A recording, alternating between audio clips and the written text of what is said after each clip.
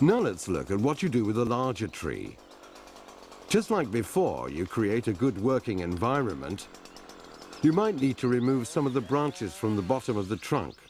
The safest way to do this is with a pulling chain, moving from above downwards. Use the trunk as a protection between you and the saw. Never prune higher than shoulder height.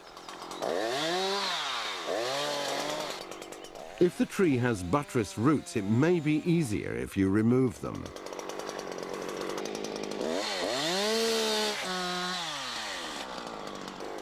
Here, the bar is shorter than the diameter of the trunk, so a slightly more complicated felling technique is required. If you're not particularly experienced, it's wise to have somebody with you who is.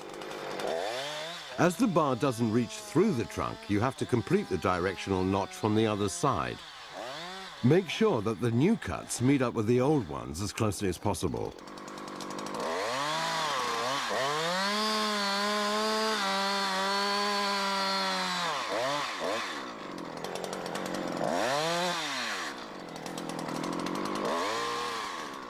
What you're going to do now is called a plunge cut. With full throttle, start by inserting the lower part of the bar nose into the trunk, just behind the intended hinge. Be careful not to touch the tree with the upper part of the bar nose.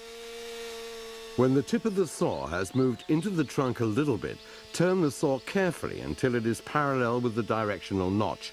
Press the bar into the tree.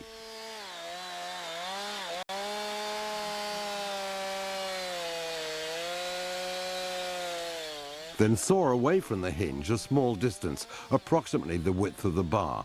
This is to prevent you from sawing into the hinge when you turn the saw around.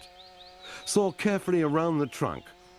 When you've passed the middle, insert a felling wedge, which is the best tool for felling large trees. Keep sawing until the bar is parallel with the directional notch on the other side.